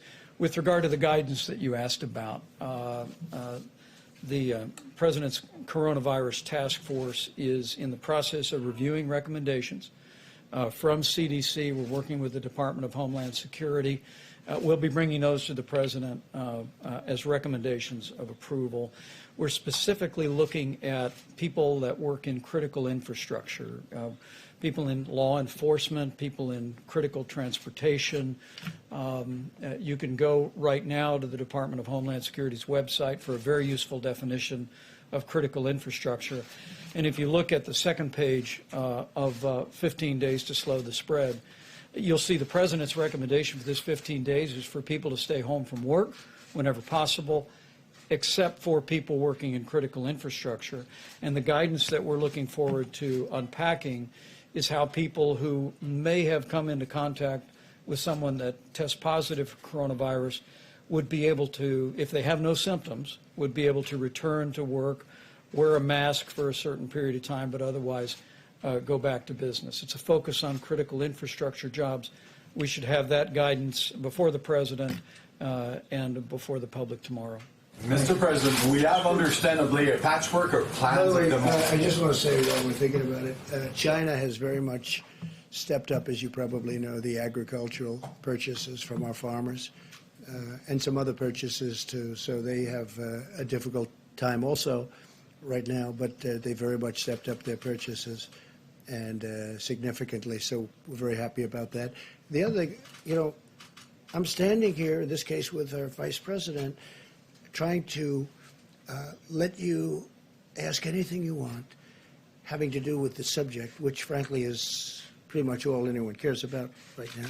But because I think it's very important. I don't want to stand here for 2 hours and do this, but I think it's important that, you know, I call it get it out of your system. Give us any question about it, because I think it's important for the public to know. So we don't want to answer 2 questions and leave. We want to answer your questions. That's why we're doing this for so long. And I think it gives our country confidence, and it gives, I think we're giving, you know, we're all gaining knowledge. This has been an unbelievable process, but we're all getting out. So I want to, you know, stay here. Sometimes we're here for 2 hours and we're answering questions. At least you will say that I'm very transparent. I think you're going to have a hard time saying he is not transparent, but we take a lot of questions from you. Unfortunately, some of them are repetitive, and some of them are fantastic questions. Some of these questions are great.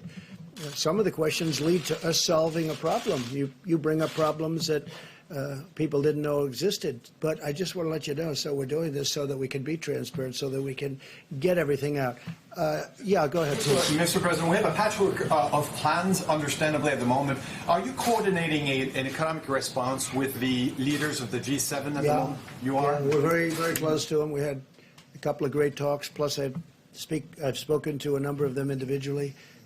Yeah, we're very, very closely aligned. Please. One for the Vice President, real quickly, and then one for you. Vice President Pitts, we're talking about those self-swab tests. When will this be available? They said this week, but do you know which day, and do you know where they're going? The FDA just announced that decision, and my understanding is that they'll be now going directly to market. I'll have a good estimate for you on timeline, but and what the President has charged us to do at the task force is to promote as much creativity and as much innovation as possible. And frankly, Dr. Hahn, as the President said, at the FDA has done a remarkable job going through the review and approval process for these new methodologies really in record time. We reflected a little bit ago about the fact that we're pretty sure we set a record. I think it was 62 days to be in phase 1 clinical trials of a vaccine that's actually in clinical trials today. But this new approval from a study done by United Health Group and the Gates Group means that now self-collected nasal swabs will become available. We're going to be working through FEMA with governors around the country to make sure and distribute those methods as well as the swabs or any other supporting material and get those into this vast array of labs that are now stood up around the country. That's going to make a big difference, too, because that really is a process that's easy as opposed to the current process, which is not, as I've said, it's not pleasant. My other question for you, I just want to get clarity on this. If we get to next week, we're deciding, or you're deciding what to do with these guidelines, whether to ease them or reinstate them for another 15 days, will you follow the advice of Dr. Birx and Dr. Fauci if they say you should maintain them for and 2 others, more weeks? yeah. And then ultimately I have to make a decision, but I certainly listen to them. I listen to a number of people, and I have a lot of respect for Dr. Fauci and for Dr. Birx, and I'll be listening to them and others that we have that are really doing a good job. John? But are you worried that if you do this too quickly, if you lift these restrictions too quickly, the virus will start spreading unabated? And how can you be sure that that's not going to happen? Well, you know, we have now a system, and the system's in place. And we have two very, very powerful alternatives that we have to take into consideration. And as I said, one of the things that has really got me thinking about this. Number one, I'm looking at what's going on, and you know, life is fragile, and economies are fragile. But one of the things is the mortality rate, John. When we first started this, nobody knew anything about this particular virus. Very, very little. I mean, we started off, we were hearing numbers of 5%. That's an astronomical number when the flu is 0.001 and 2 and 3, right? And so 5% would be an astronomical number. Now we're seeing numbers that may be less than 1, and that's not including the exercise that I just went through where many people don't report. So everybody getting very sick is reporting, but nobody getting, you know, not very sick. And that should be part of that equation. So that just keeps reducing the number. So the mortality rate is that's a big, to me, that's a very big factor. When we were hearing 3 and 4%, remember we had one day where we thought it was 5%, and we were getting a lot of bad numbers from countries that, I don't know why, but we were getting a lot of bad numbers. I do wish, again, our relationship's very good with China, but I wish they could have told us about this a little bit sooner, you know that. But the mortality rate's a big thing for me because I think we're very substantially under 1% now. That's it's still terrible. It's still the whole thing. The whole concept of death is terrible. But there's a tremendous difference between something under 1% and 4 or 5 or even 3%. So that's something that we're learning now. And I think the number may be lower than people think because of what I've been saying. Yeah, please.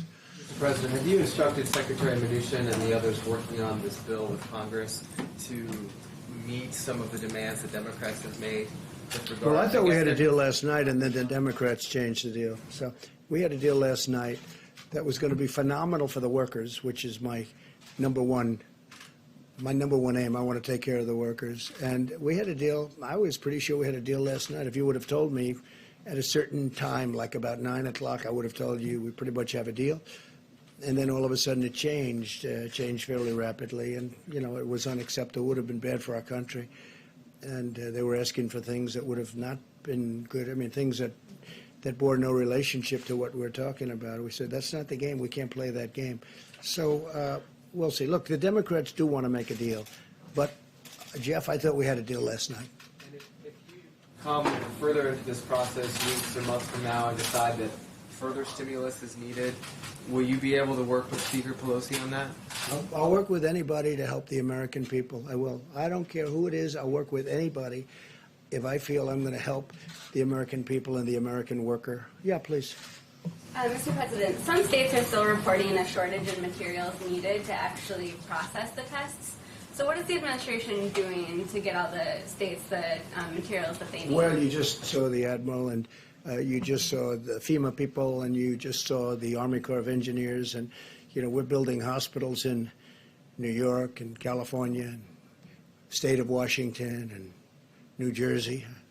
I just made a commitment to Phil that we're going to help him out with some of the areas in New Jersey, which is very important, a great state. So we're doing a great job, and we're there to help the governors. But, you know, the governors are on the front line, and they can do some of it themselves. Governor Cuomo, he's been working very hard, and he worked with me on the hospitals and medical centers, because it's not just hospitals, it's called hospital. And another is medical centers, of which we're building numerous for New York. And we have it all laid out. We have Javits Center, and then we have other locations throughout the state. And I think it's really a great plan, and we're going to have FEMA and the Army Corps of Engineers involved, and I've worked with them. You know, we're building a wall. We're up to over 150 miles of wall on our southern border, which is now turning out to be even more important than we originally thought. But I always thought it was very important having borders, and so I'm working with the Army Corps of Engineers, and I see what they do and how they do it, and that used to be my business, and I know it very well, and they're very professional. They're really good. So you're going to see a lot of good things happening in many states, beyond the states I just mentioned. In many states, we're working with Governor Ron DeSantis in Florida. We're working with Governor McMaster, right, in South Carolina, where they have a little bit of a breakout, not by comparison, but a little bit. We're working with many governors in many states. Actually, states where you almost would think that they have it under pretty good control, and they've done a great job. But we're working with many states, and that's primarily FEMA and the Army Corps of Engineers. And they're capable of doing it. Mr. President, back to the stimulus. Can I ask a question on behalf of my Radio Pool colleague, Tamara Keith from NPR? Sure. She asked me to ask this to you. Sure. You just mentioned that there were some things last night that were unacceptable, which would have been bad for the country, that the Democrats were bringing into the stimulus conversation. Her question was, what provisions would you absolutely not support in this plan right now? Well, a lot of the provisions that they wanted, like stock buybacks, I agree with that. That's good with me. I mean, I don't like them buying back stock. I like them spending money on airplanes and on their employees and their real business, not buying back stock. And I don't know if that provision is going to be put in one way or the other, but I'm all for it. And many Republicans, I can tell you, are for it, and I think many Democrats are for it. But they were putting that out like it was a problem last night. Not a problem for me, I can tell you that. Please. She also wanted to know, how much would you want the cash relief directly for Americans? What number would you like to see? Well, I think what you're talking about right now is at least $3,000 per family of four. Isn't that correct? $3,000 for a family of four, which is bold. And if this continued, we have to build this up. And if this continued, we'll do something else, and we'll do more at a later date. But that's a big number. If you remember, they were talking about $500 and $600, and we are all for that. As of this moment, it's $3,000 for a family of four. Please go ahead. When you're looking at some of the economic headwinds that we're facing, I'm wondering if one of the things you're concerned about is the strength of the dollar, and if there's something that we should do to address that, including possible. Well, we have a very strong dollar, and you know, a strong dollar is good in many ways, but it's also tough in many ways because it makes trade much harder. It makes it much harder for Caterpillar Tractor and other companies to sell their goods to Europe or China or wherever they may be sold. So having a strong dollar is good, but it really sounds good. But the truth is it makes certain things like trade much tougher. And our dollar, I don't know if you've seen, but our dollars remain very strong, especially against other currencies, very, very strong, which, again, makes that trading more difficult. But there's something nice about having a strong dollar, right? You know, no matter what. I'm president, it's nice to have a strong dollar. But it does make trading more difficult. Just to go back to stimulus, you're confident you're going to get a deal? Well, I think the Democrats want a deal, and I think we want a deal. So it would be very foolish if they didn't make a deal. The American public is demanding it. I can tell you the Republicans want to make a deal, and we want to make a deal that's good for the workers, good for the country. And I really believe the Democrats want to make a deal, but they have to stop asking for things that bear no relationship to what we're talking about. And you've had a lot of laudatory things That are to actually say. bad, that are actually not good for the country. You've been very laudatory to the Democratic governors. You mentioned Governor Cuomo. You mentioned some others. Yeah. If you get a stimulus bill, I'm wondering if you'll extend this bipartisan goodwill to Speaker Pelosi and invite her here for a signing ceremony. Well, let's see what happens. I have to see what happens. Right now, we don't have a deal, but I think we're very close. I mean, when I left, which was quite a while ago now, because, again, we're trying to answer every question, so there's no... It'd be nice if you were just exhausted and said, that's it, we can't do any more, but there's always hands up. But, and maybe one of those questions is great and unique. But, no, look, I want what's good for the country. And if that means meeting, I think that's great. I just want what's good for the country, great for our workers, great for the citizens of the United States. That's all. It's pretty... You've spoken with Pelosi. Well, it's been a little while. Yeah, please. Both you and the Vice President have been tested for the virus. Also, Mrs. Pence. Has the First Lady been tested? Yes. And?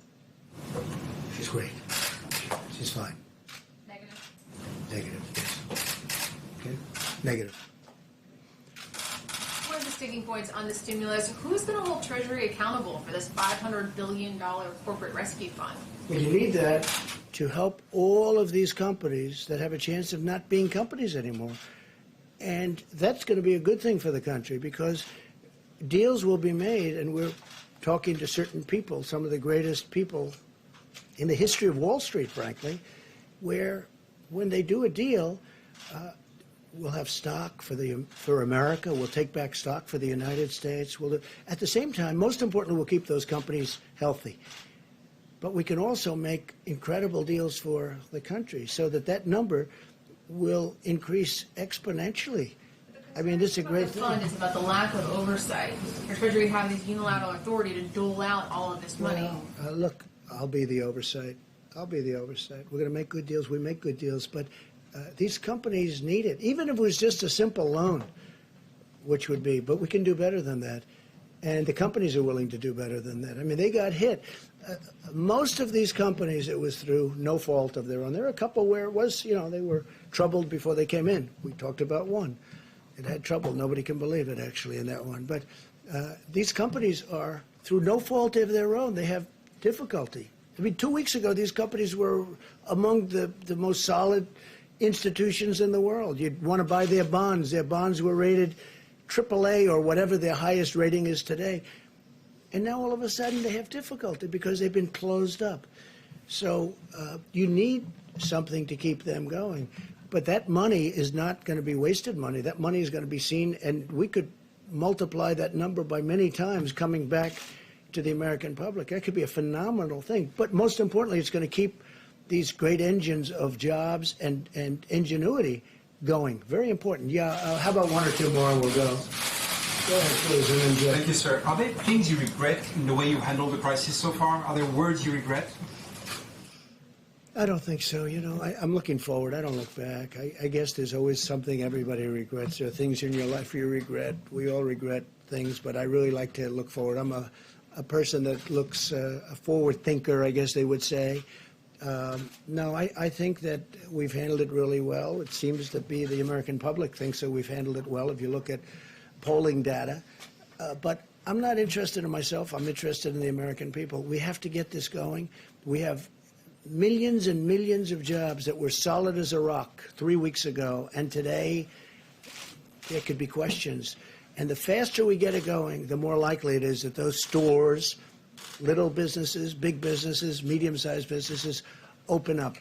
And we'll get it going very fast. I really believe this is a pent-up demand. I think that as soon as we say, let's go, and it's going to be pretty soon. It's going to be pretty soon. It's going to be sooner than people would think. We're in a position to take care of our country, but at the same time to have the country really go up like a rocket ship economically, and that's great for jobs. It's great for everything else. Yeah. Mr. President, I'd like to ask a question for a colleague who can't be in the room because of social distancing. For who? A colleague who can't be in the room because of our social distancing about Florida. Yeah. He wanted me to ask, should Governor DeSantis have closed all of the beaches in his state? Well, that's really up to the governor. I mean, I think that, first of all, he's a great governor. He's done an incredible job, Governor DeSantis of Florida. And on the beaches, I guess he's recently made a decision, but you do have a lot of room on the beaches, and I think it's just a decision that that he made originally, and then he's refined it, and then he's done something that a lot of people agree with what he's done. But he's done a lot of things right, and he's been truly. I mean, he cares so much about health care. He cares so much about the cost of prescription drugs. He's been a fantastic governor for Florida. They're very happy with him. The whole concept of the beach. It's a very interesting issue. There are a lot of open spaces that includes parks and other things, but rather than relying on social distancing, they're probably going to do that one a different way. But I would imagine when we make our decision, things like that would be opened up, and then people will remember what they're supposed to be doing. Well, I want to thank everybody very much, and we'll see you tomorrow sometime, and we'll get this going, I think, really well. Thank you all very much. Appreciate it. Do it tomorrow. Accidents comparison.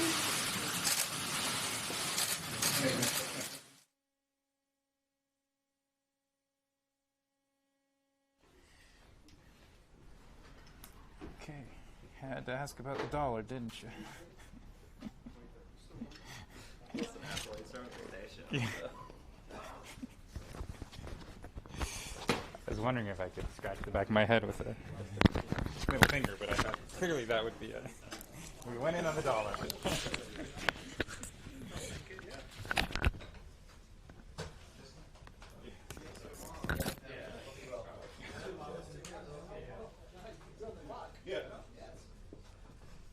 Okay.